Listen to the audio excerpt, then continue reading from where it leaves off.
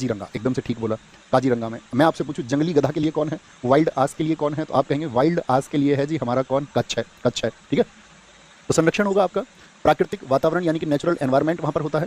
Limited human activity होती है, ऐसा नहीं है कि आप अपनी मर्जी से जाकर के वहाँ घर बना के रहने लग जाओ अंदर, नहीं, लिमिटेड मतलब आप जा सकते हैं, घूमने जा सकते हैं, सफारी कर सकते हैं, आप जंगल सफारी कर सकते हैं, जैसा कि जनरली आप जानते भी होंगे अगर आप किसी नेशनल पार्क में गए होंगे घूमने कभी। तो शैक्षणिक और मनोरंजन उपयोग यानी एजुकेशनल और आपका रिक्रेशनल यूज इसको बोलते हैं, यानी कि आप अपने मनोरंजन के लिए वहाँ जा सकते हैं, कुछ टाइम स्पेंड करने, पिकनिक के तौर पर आप वहाँ जा सकते हैं। ओके, तो ये क्या है, राष्ट्रीय उद्यान की मुख्य विशेषता है, परीक्षा में नहीं पूछी जाएंगी कभी भी, इस पर बहुत फोकस आपको नहीं करना है। यहाँ देखिए ध्यान से, ये इंपॉर्टेंट फैक्ट है। इंपॉर्टेंट फैक्ट क्या है कि 1970 तक भारत में सिर्फ कितने नेशनल पार्क थे बताइए, सब लोगों का मन में जवाब होना चाहिए। 1970 तक हमारे देश में सिर्फ 5 नेशनल पार्क थे, लेकिन 1972 में हम लेके आए आपका wild life protection act. Wild life protection act कब आया था, किस ईयर में, 1972 में। तो पहली चीज़ तो 1970 से पहले हमारे यहाँ पर 5 नेशनल पार्क थे, ये पॉइंट आपको पता होना चाहिए, लिख लीजिए। जो साथी क्लास में शॉर्ट नोट बनाए तो वो लिखना अपने शॉर्ट नोट्स में, हालांकि नोट्स आपको प्रॉपर मिल जाएगा, जैसा है एक दिन पहले ही मिल जाएगा, आपको कक्षा में सिर्फ समझना है। तो क्या लिखेंगे, ये कितने थे, 5 नेशनल पार्क थे, ठीक है। 1970 से पहले 1972 में आया वाइल्ड लाइफ प्रोटेक्शन एक्ट, यानी कि वन्य जीवों को हमको अब बचाना है।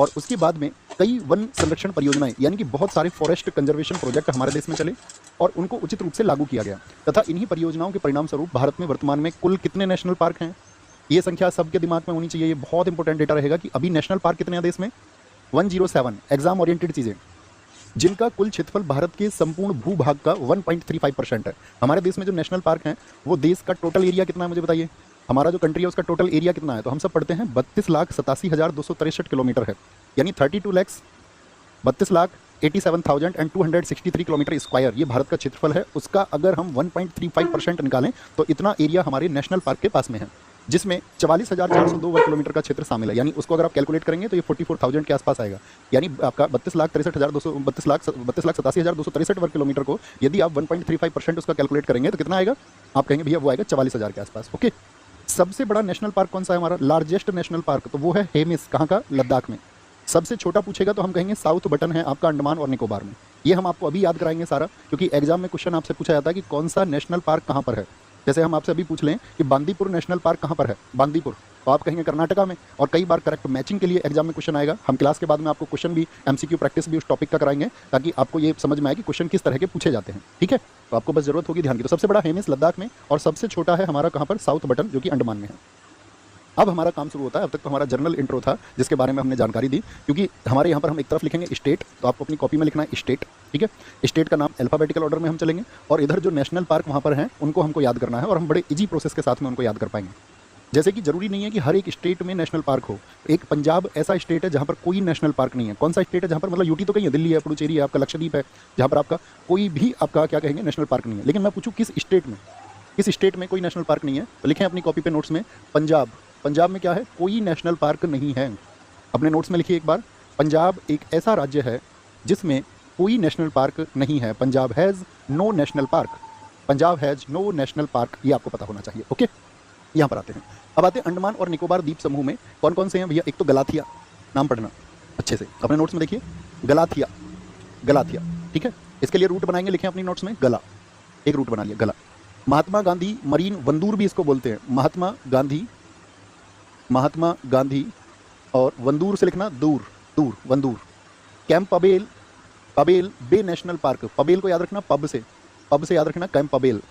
माउंट हैरियट नेशनल पार्क, यहाँ पर हमको रूट बनाना है, हैरियट रूट बनाना है, इसीलिए मैंने कहा आपसे नोट्स आप पहले लिख लेंगे। आज जो साथी नए जुड़े होंगे उनको खुद से प्रॉमिस करना है, आज ही टेलीग्राम चैनल ज्वाइन करेंगे। नोट्स जो हम आज शाम को भेजेंगे वो कल की क्लास का होगा, लिख लेंगे, पर आप आसानी से आपके पास स्पेस रहेगा। और नोट्स जब बनाओ ना दोस्त, तो फुल पेज पे नोट्स मत बनाना। हमेशा नोट्स बनाने के लिए ये नियम रखो कि नीचे की 4-5 लाइन आप हर पेज में हमेशा छोड़ करके चलेंगे। अभी तक जैसे भी बना लिया कोई इशू नहीं, क्योंकि कभी आपको कोई एडिशनल फैक्ट शामिल करना पड़े, आप अपनी रिसर्च से कुछ भी शामिल करें तो स्पेस होना चाहिए। थम्स अप करिए जी भैया, पेज में एक हम स्पेस छोड़ के चलेंगे, ठीक है। रानी झांसी याद रखिए, रानी झांसी मरीन नेशनल पार्क, रानी झांसी। सैडल पीक को याद रखेंगे, सैडल यानी कि सैंडल। और जितने भी मिडिल बटन, नॉर्थ बटन और साउथ बटन, इन सबको बोलेंगे बटन। अब इधर आइए, इधर नाम है अंडमान और निकोबार, इसका रूट वर्ड होगा बार। बार समझते हो, बार वर्ड सुना है आपने अपनी लाइफ में, बार, पब। तो आप कहेंगे भैया ये तो पार्टी प्लेस होते हैं, यहाँ तो लोग जाके मजे करते हैं, पार्टी वगैरह करते हैं। तो बार से रिलेट करेंगे, कोई बार में जाएगा तो सज के जाएगा या नहीं जाएगा, आप कहोगे जी भैया गले के बटन लगा के, सैंडल वैंडल पहन के, गले के बटन लगा के। हमने आपसे कहा था हम आपको जब स्टैटिक जीके पढ़ाएंगे तो हम थोड़े फनी हो जाएंगे। आपने बहुत शायद ऐसा भी हो पॉलिटी में बहुत बोरियत महसूस कर ली हो कि भैया बहुत सीरियस रहते हैं आप, तो वो सारी सीरियसनेस स्टैटिक जीके में खत्म हो जाएगी। बहुत मजा आने वाला है इसमें। लेकिन आपको जो मैं रूट्स बताऊं, लिंकअप करूं, तो वो आपको हमेशा रिलेट करने हैं। तो बताइए क्या बोलेंगे भैया? गले के बटन लगा के जाएगी, सैंडल पहन के जाएगी कि नहीं जाएगी? आप कहोगे हाँ जी। कहाँ जा रही है वो? अरे कहाँ जा रही है? तो आप कहोगे भैया पब में जा रही है। क्या नाम है पब का? पब का नाम है हैरियट। पब का नाम क्या है? पब का नाम है हैरियट। लेकिन महात्मा गांधी की विचारधारा के जो लोग होंगे क्या वो पब में जाएंगे? आप कहोगे नहीं, वो तो दूर रहेंगे। रानी झांसी के जैसी जो महिलाएं होंगी क्या वो पब में जाएंगी? तो आप कहेंगे नहीं भैया, वो दूर रहेंगी, क्योंकि उनको मतलब है सिर्फ और सिर्फ क्रांति से। बात क्लियर है? अब देखो लर्न करने की मेमोरी क्या है। मैं आपको हमेशा बताता हूँ अपनी एक टेक्निक, स्कैन टेक्निक। पिछले कई वर्षों से मैं छात्रों को बता रहा हूँ कि जब आप नाम पढ़ लें तो एक बार अपनी आंखें बंद करना। अभी आंखें बंद करिए, तो मेमोराइज करिए कि आपने अभी क्या पढ़ा था। तो आप कहेंगे एक तरफ अंडमान निकोबार लिखा हुआ था, एक तरफ गलाथिया लिखा हुआ था, महात्मा गांधी वंदूर लिखा हुआ था, कैंपाबेल लिखा हुआ था, माउंट हैरियट लिखा हुआ था, सैडल पीक लिखा हुआ था, नॉर्थ बटन आपका, साउथ बटन और मिडिल बटन लिखा हुआ था भैया। तो जब आप ऐसी पिक्चर आंख बंद करके क्रिएट कर लेंगे तो आप कभी नहीं भूल सकते दोस्त, कभी नहीं। इसको अपनी तैयारी में आपको इस्तेमाल